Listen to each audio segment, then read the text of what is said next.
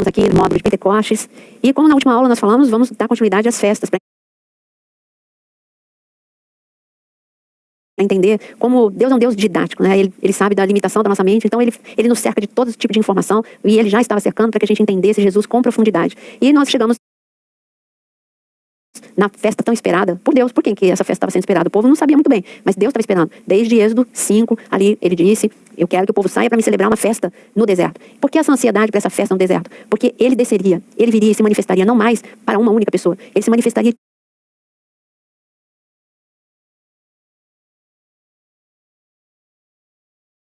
todos veriam, todos, melhor dizendo, sentiriam a sua presença. Esse era o momento em Êxodo do capítulo 19, a sua Bíblia, porque esse é um capítulo tremendo, fantástico, em Êxodo 19. Está escrito no versículo 1, terceiro mês da saída dos filhos de Israel da terra do Egito, no primeiro dia desse mês vieram ao deserto do Sinai. Então nós temos aqui 3 meses depois que eles saíram, é a festa de Pentecostes, de Páscoa a Pentecostes, 50 dias, e esse é o intervalo da caminhada deles do Egito até o Monte Sinai. O que aconteceu nesse Monte Sinai antes dessa chegada como nação?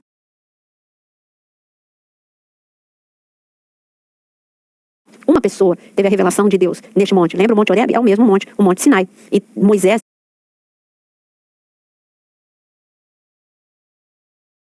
ele viu o Senhor no meio da sarça, ele teve aquele encontro com a presença de Deus no meio da sarça.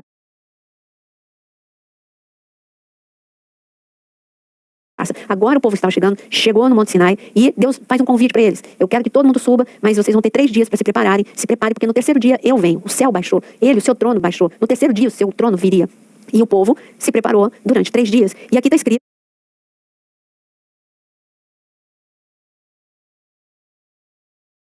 o propósito dele. Ele anunciou ali na festa de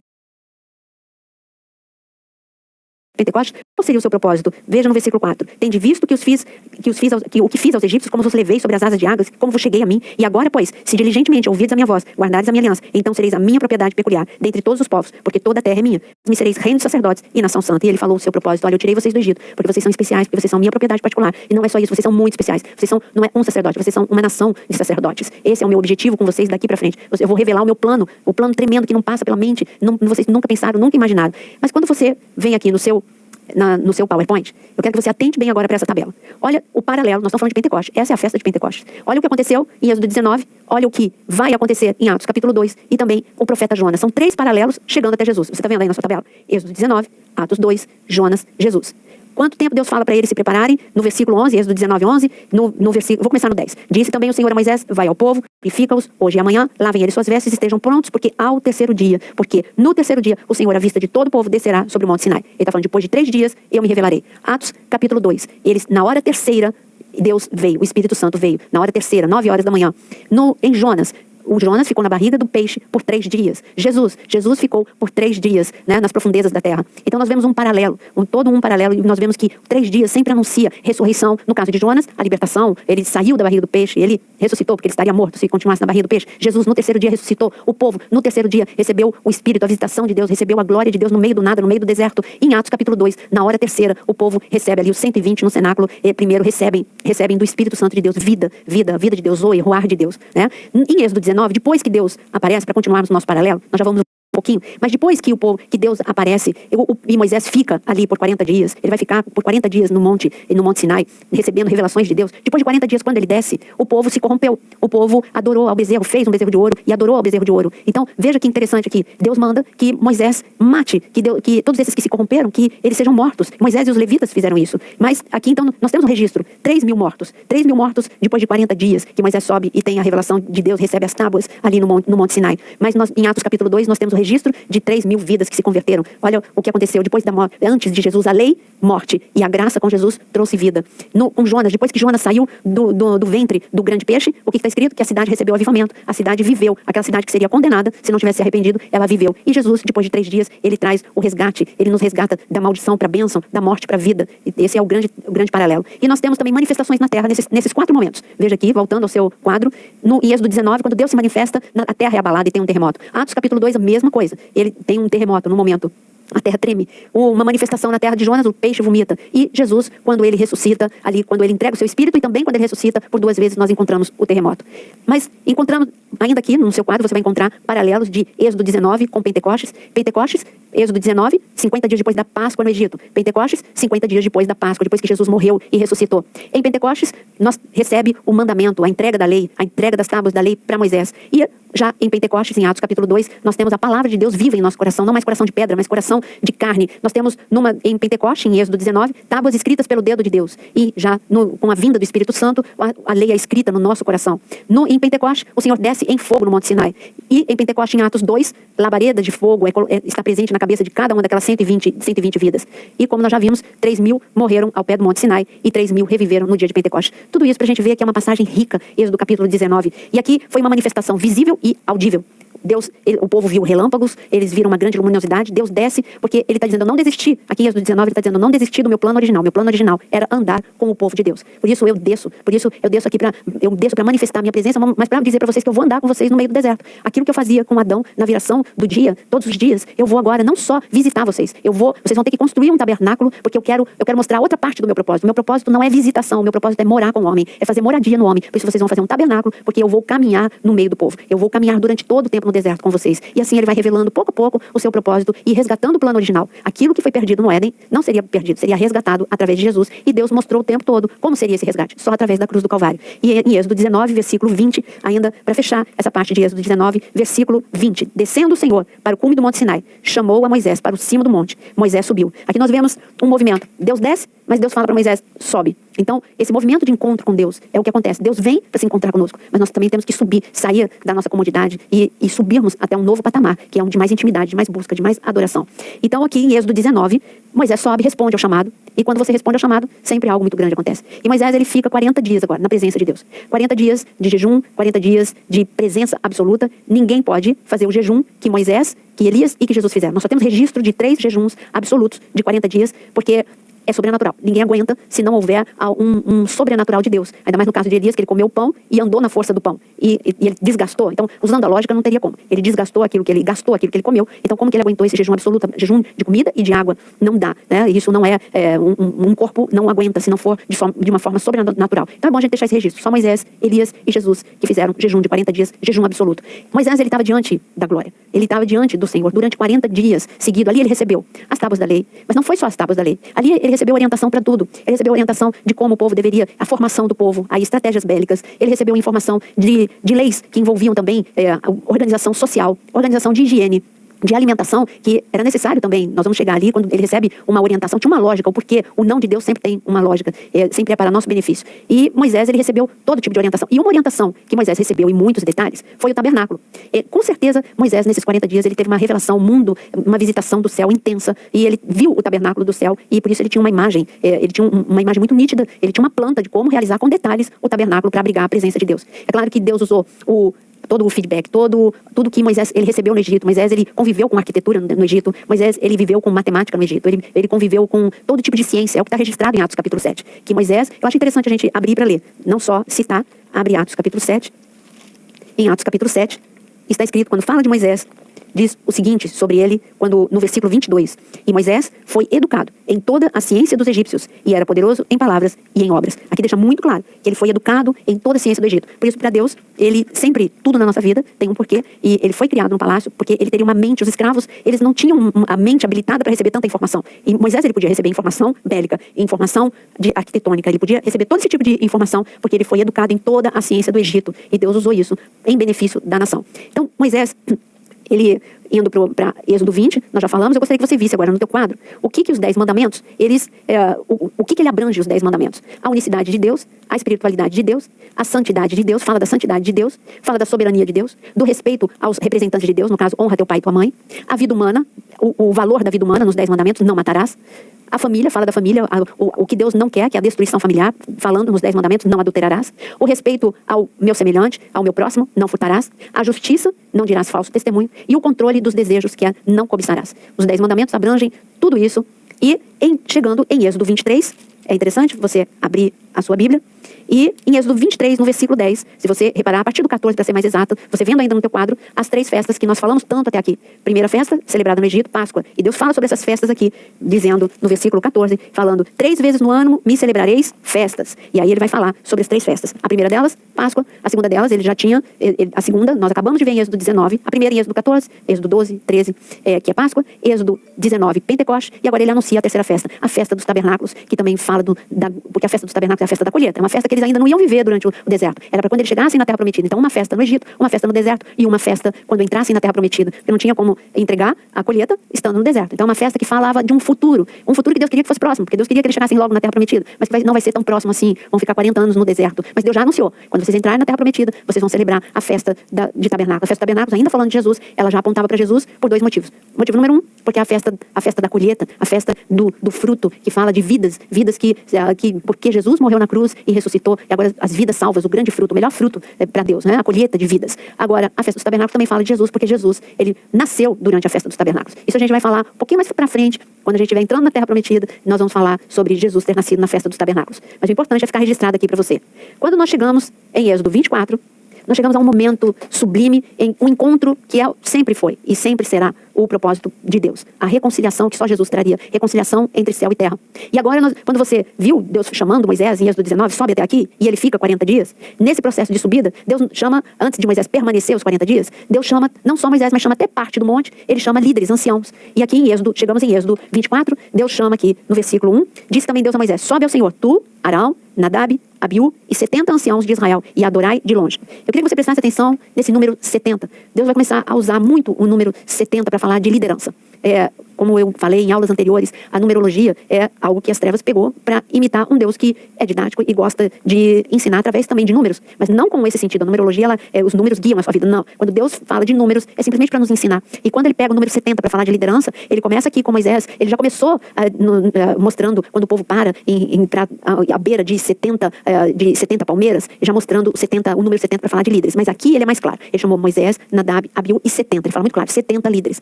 Nós vamos encontrar esse número usado, 70, também por Jesus. Quando Jesus, em Lucas capítulo 10, ele chama 70 e manda de 2 em 2 eles andarem pelas aldeias e declararem shalom em cada casa. Então, Deus usa muitas vezes o número 70 para falar de liderança. Aqui ele chama Moisés, Nadab e Abiú para mais um encontro com a sua glória. Ele chamou o povo teve medo da sua presença, não se preparou da forma como tinham que ter se preparado. Agora ele faz uma segunda chamada. Moisés, você vai ficar 40 dias aqui comigo, mas eu quero que Nadab, Abiú e 70 líderes tenham uma experiência e eu vou descer de novo. Então, em Êxodo 19, ele desce e tem um encontro com Moisés. Agora ele fala, eu quero ter um encontro com uma liderança. Esses líderes sobem. E antes de subir, Moisés chama o povo, Moisés toma metade, eu vou ler aqui no versículo 4, Moisés escreveu todas as palavras do Senhor, tendo se levantado pela manhã de madrugada, erigiu um altar ao pé do monte e 12 colunas, segundo as 12 tribos de Israel, e enviou alguns jovens dos filhos de Israel, os quais ofereceram ao Senhor holocausto e sacrifício pacífico de novilhos. Moisés tomou metade do sangue, pôs em bacias, e outra metade, e espargiu sobre o altar, tomou o livro da aliança e o leu ao povo, e eles disseram, tudo que falou o Senhor faremos e obedeceremos. Então Moisés pegou aquele sangue e os aspergiu sobre o povo e disse, eis que o sangue da aliança que o Senhor fez convosco a respeito de todas as palavras. Agora a gente entende por que Deus estava com tanta ansiedade e que disse em Êxodo 15, ansiedade no bom sentido, né?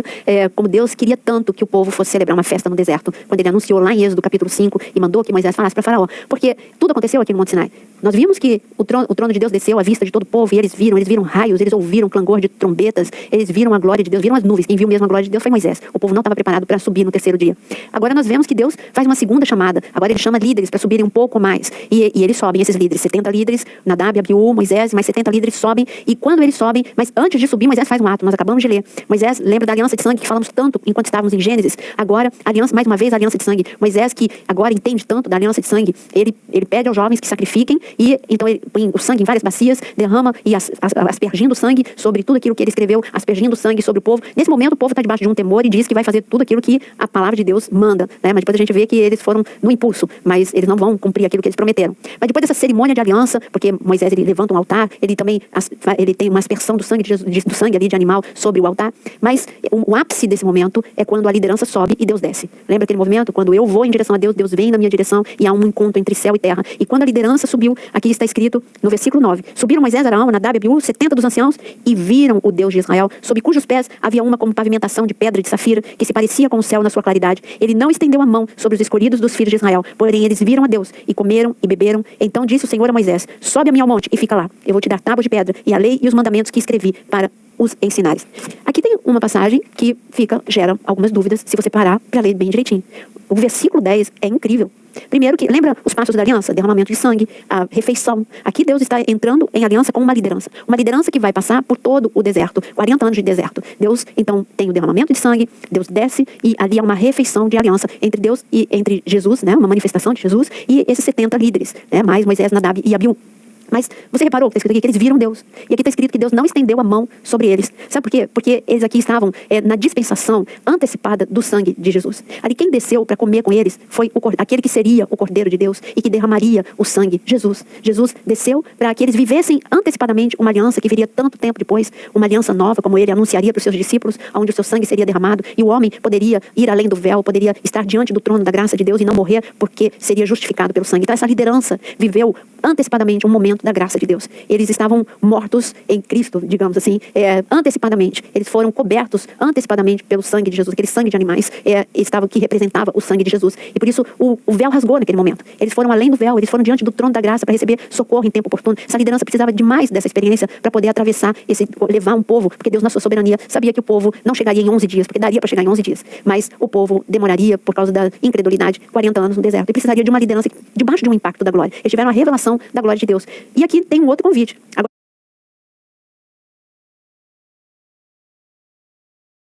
Moisés é convidado a subir mais para o cume do monte. Foram vários convites aqui. E no versículo aí Deus já convidou, nós já lemos. E aqui está escrito que Moisés, versículo 15, tendo Moisés subido, Moisés sempre responde ao chamado. Tendo Moisés subido, uma nuvem cobriu o monte. E a glória do Senhor pousou sobre o monte Sinai. E a nuvem o cobriu. Por 6 ao 7º, do meio da nuvem, mais uma vez, chamou o Senhor a Moisés.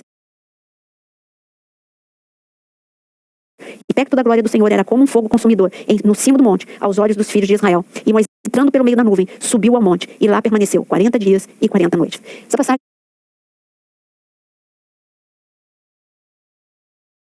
é incrível. Eu queria que você lesse comigo agora Marcos capítulo 9, porque nós vamos encontrar Moisés de novo, e com um encontro com Jesus. Aqui Moisés, ele foi ter um encontro. Ele foi ter um momento que nós chamamos de manifestação de Deus, de manifestação de Jesus se manifestar, de se revelar antes mesmo de vir em carne. E aqui, em Marcos 9, versículo 2, Jesus, ele vai para o monte, ele sobe com Pedro, Tiago e João no monte da transfiguração. E olha, presta atenção no versículo 2. Você viu que ali está escrito, depois de 6 dias, Moisés, ele é coberto e ele se encontra com Jesus. Aqui está escrito, 6 dias depois, tomou Jesus consigo a Pedro, 6 dias depois. Tomou Jesus consigo a Pedro, Tiago e João, e os levou a sós à parte num alto monte. Foi transfigurado diante deles. Suas vestes tornaram-se resplandecentes e sobremodo brancas, como nenhum lavandeiro na terra as poderia alvejar. E apareceu-lhe Elias com Moisés, e estavam falando com Jesus. Veja que fantástico. Nós temos Jesus mostrando no monte da transfiguração, o encontro que Moisés teve com ele neste momento aqui, de Êxodo 24, e depois tem, novamente, é lógico, já mostrando o que esse líder teria de medida de glória, de encontro com a glória. Eu digo para você, por isso que aqui está registrado no Pentateuco, que nenhum outro profeta se levantou como Moisés, porque antes de Jesus realmente não teve um outro profeta que tenha tido tanta revelação e tanto encontro com a glória. Começando lá na sarça, e você vê quantas vezes, só nesse período, entre Êxodo 19 e 24, quantas vezes ele é chamado para subir, vem mais alto, vem mais alto, vem mais alto. Agora ele é chamado para ir para o cume. E este é uma figura também da igreja, do arrebatamento da igreja. A igreja está sendo chamada para mais santidade, mais intimidade, mais adoração. E aqueles que estão respondendo a esse chamado vão ver face a face o Senhor, como Moisés viu no cume do monte, porque ele desce e a igreja sobe. Ele vai encontrar com a sua igreja nas nuvens e a igreja sobe, conduzida pelo Espírito Santo, respondendo ao seu chamado. Que imagem linda nós temos aqui em Êxodo 24, do arrebatamento, e também antecipando o monte da transfiguração, quando Jesus mostraria aos seus discípulos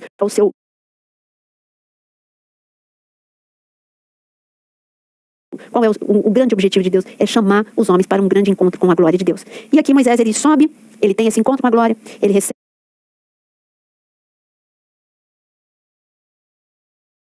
os 10 mandamentos, ele desce, nós já antecipamos, ele desce porque Deus manda que ele desça, Deus mesmo fala, olha, agora é tempo de você descer.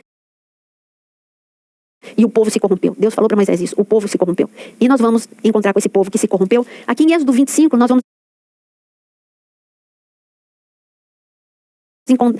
começa a descrição do tabernáculo. Mas nós vamos pegar um bloco só para falar de tabernáculo. Você vai pular comigo, Êxodo 25,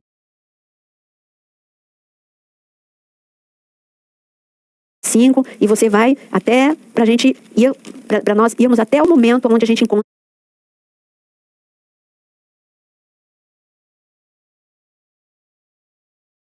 entra em Êxodo 32, vai pular de Êxodo 25 para Êxodo 32, para a gente continuar falando do encontro de Moisés com a glória, as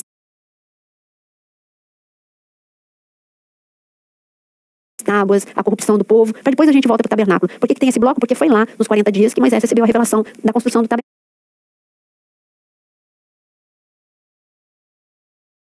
Então, é um bloco todo que nós estamos pulando para depois a gente voltar. Então, nós vimos que de Êxodo 25 até Êxodo 32 tem um bloco todo que a gente vai ver, que é a construção do tabernáculo, só que nós precisamos continuar também com a descida de Moisés e toda a corrupção do povo. Tudo isso nós vamos ver na próxima aula, tá bom? Aguardo você na próxima aula.